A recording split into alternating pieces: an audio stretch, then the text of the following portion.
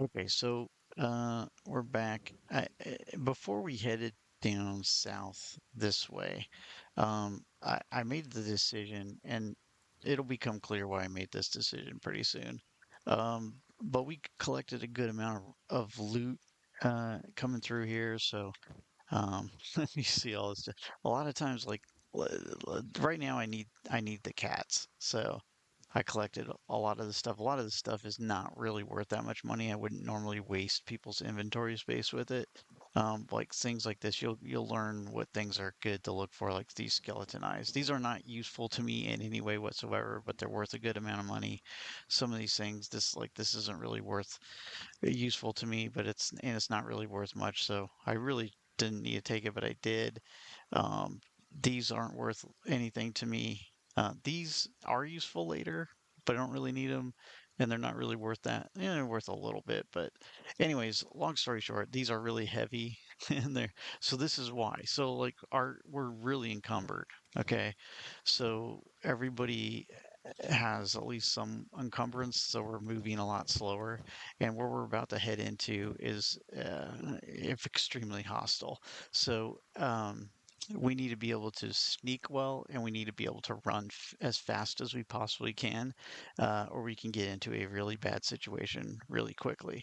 So I may, you know what? I usually make the dumb mistake of just trying to sneak my way all the way down to the center of this Fog Island area, but just because I don't know, I'm stupid. But this time I was like, you know what? Because I don't want to have to like track backwards and come back this way. But I was like, you know what? I'm gonna go back to this village. So I didn't point it out. I haven't been here yet. I just arrived. I passed it and discovered it when I left World's End and came to the Floodlands. But I say, you know what, I'm going to go back there. And this is something I don't always do, but this time I am going to do it. And so this is another minor faction in this village that you can either be enemies of or friends with.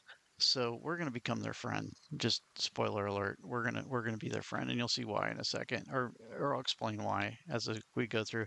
Now, when we first got here, I didn't catch it, but one of the characters one of the guards comes out and talks to you. He's like, "Hey, what are you doing here?"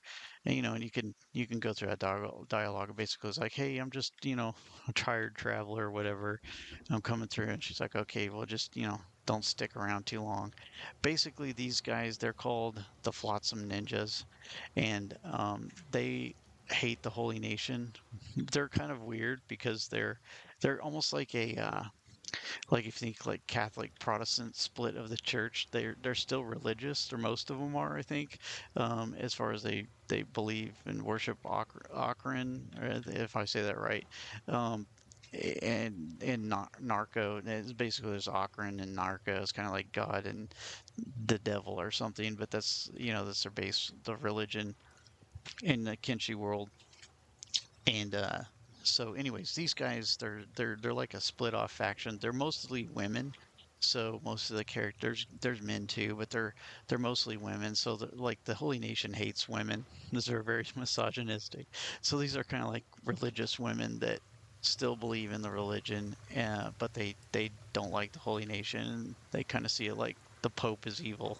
There's a guy called the Phoenix who's like the head of the Holy Nation, and um, they hate him. So we're going to come in here because uh, there's a character we're going to go talk to. So I'm going to go talk to this character. And I'm going to do this just to get the, and I'll explain. There's an advantage. You don't have to do this. By the way, this you don't even have to visit these people. You don't even have to interact. But there's a character here named Maul. You'll see people who are important. They'll have a diplomatic status. So I'm going to go talk to her. Actually, it's funny because they're kind of like all about women. I'm gonna go have this is just role playing. I'm gonna have Red go talk to her. so so Red's like, basically, these people are, they'll kind of tell you a little bit. They live out in cannibal land, and you can respond, you reply, that's not right. Cannibals are people too, And I'll be like, yeah, no, I like shooting cannibals. I hate cannibals. Anyway, you're here, my, what do you want? You can be like, what do you want? Are you the leader? blah blah blah. Now, if you were playing as like the Holy Nation, um, this is one of the people they would probably want you to go take out for them because she's a nuisance. So you can say and you can attack, and you'd do that if you came here with like a team to like take her out. And be friendly with Holy Nation, but I'm gonna say, can I join? Okay. And then this is a pretty like critical like decision point. Like this isn't just something to take completely lightly.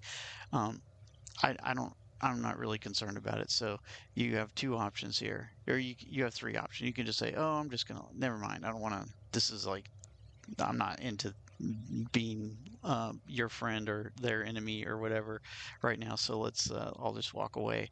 Or you can just say, I swear my allegiance to Flotsam, which is basically now they'll become my ally and I'll get way worse relationships with the Holy Nation. It'll be minus 75. Now, eventually I'll probably have a minus 100 with the Holy Nation. So this basically makes the Holy Nation hostile toward me immediately upon sight. Whereas right now, if you've noticed when I see them out and about, even though now I have a skeleton in my crew, by the way, too, so they will attack us. I know with Zog at first they didn't attack, even though he was not a non-human, so they're not like I guess super immediately hostile towards a non-human, but they are immediately hostile towards skeletons. They hate skeletons. Their skeletons are evil, the spawn of Narco, and they will kill them and attack them on sight. And that includes once your characters get dismembered limbs and have robotic parts. If you're wearing a robotic arm or leg, they see that as you're a skeleton and they will attack you immediately. So the only, I mean, you can play as a holy nation. I've never done it. I should try it sometime as being an ally to them just for kicks. But the thing is like you'll see eventually, it's almost impossible not to get an arm or leg dismembered, and then that big person is useless unless you give them a robotic part. So I don't even know how you, and maybe someone else can explain how you can play through as the Holy Nation. Maybe just wear really heavy armor all the time so you never get parts dismembered. But anyways, we're gonna say yes, and we're gonna become their friends. So we're their friends. Now, this is kind of like the Shinobi Thieves as well. So they have this village. You'll see it now because it's more like a village that's out independent.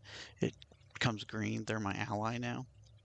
They have couple buildings, but there's a couple other spots out in the wilderness that you can discover out here. This is the hidden forest, and they're friendly to me now. So now that they're friendly, I can again use their beds, use their equipment, and because of where I'm going next, that's what I'm actually going to do. Because you saw, remember in the Shinobi Thieves, they had training dummy that was good. We got Zog up to 5 with. Well, this one is the best training dummy you can build in the default game, which is will get you up to 15. Um, so I'm going to go ahead and grind a little bit and assign every because there's enough here. I think most of my people can bang on these guys for a little bit and get their uh, melee skill. That'll affect their melee attack. So like we're close already just from doing a little bit of fighting we've done so far. But like Azumi, for instance, is not. She's at 2. Um, I think he comes with a decent one to start, but so he's a really good character, a starting character to recruit, especially for free, because he has pretty good stats.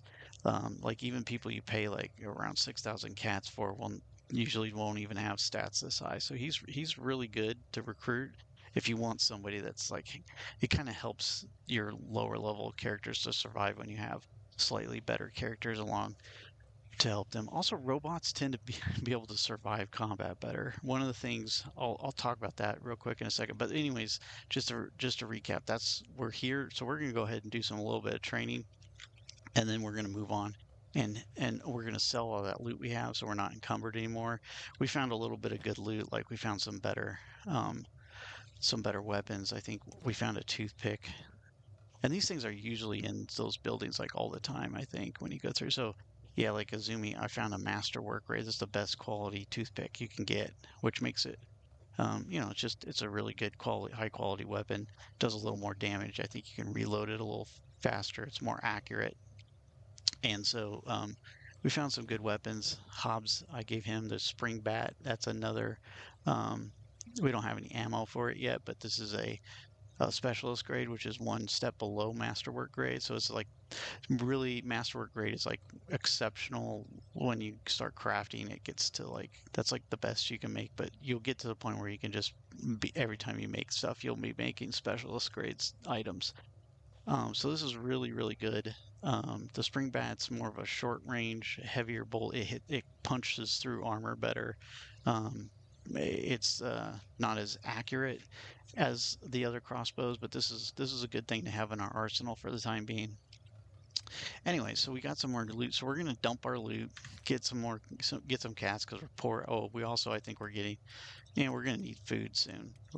I don't think we have any food in our inventory, so we need to we can stop off here, rest up, get some food. We'll do this training. It doesn't take too long. The one training dummies that don't take all that long to get all the way to the max skill on are the melee attack training dummies. Um, I don't always use them because you can get that skill up pretty quick anyways. But because of where we're going next, I want these guys to have at least 15 because that gives them a pretty decent fighting power, fighting chance against the enemies they're going to encounter, which aren't super high level enemies. But if you know what I'm talking about, you know what I'm talking about. If not, you'll see what I mean when we get there. So, anyways, that's what we're gonna do. Oh, the last thing I was just gonna talk about skeletons real quick. One of the reasons skeletons can be good to have in your crew, or one of the advantages of them. One big advantage is they have hunger. Their hunger. It does not. They don't have to eat. So these guys you don't have to feed. I did a playthrough recently where I just had like a small group of skeletons, and I actually found it. I'd never done that before, and I actually found I was like, after a little while, I was like, man, these guys are actually easier to run than like the humanoids because they don't need to eat. The other thing about them is like they can get KO'd in battle. Just everything functions the same way, but the big difference is they don't need to sleep. Now they do, but not to recover from injury. Well, they do. Okay, so you see here he has like his chest is 200. That's his normal hit points. This is our looks like it's healed all the way, but it says it's 196. Right now it still says it's okay because it's not that damaged, but normally this would be 200. So his hit points go down over time for his different parts as they get damaged. He takes like more damage, so he has lower hit points, but he's fully healed. There is a thing called a skeleton bed that he can sleep in to repair himself. But the other reason why he's easier in some ways than other people, he can still go in the same mechanics to knock him out.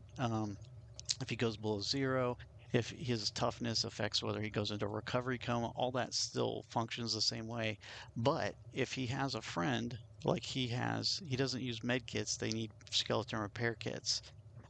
Which you'll start to find as you start exploring the ancient ruins and stuff. You'll just find a million of these, and you can also craft these later. They're valuable, but they're hard to kind of find early game, especially if you can start like in the hub.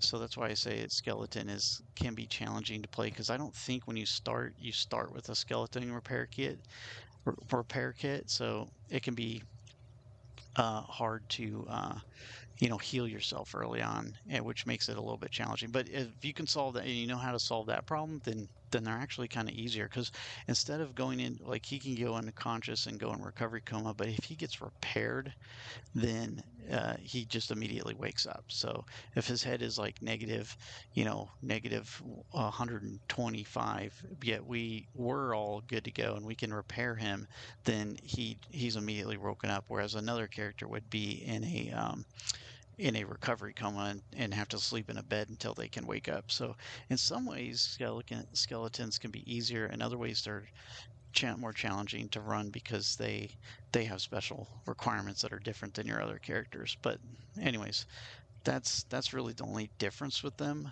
other than they're just kind of cool and they're kind of fun to have. So anyways, that's what we're doing. We're gonna rest up here, do a little grindy training on those training dummies, just so we're all at 15, so we have a little bit better fighting skill, which will help a lot. We're going to sell all that gear off, get rid of it, make sure we have some food in our inventory, and move on back down south and head towards Fog Island.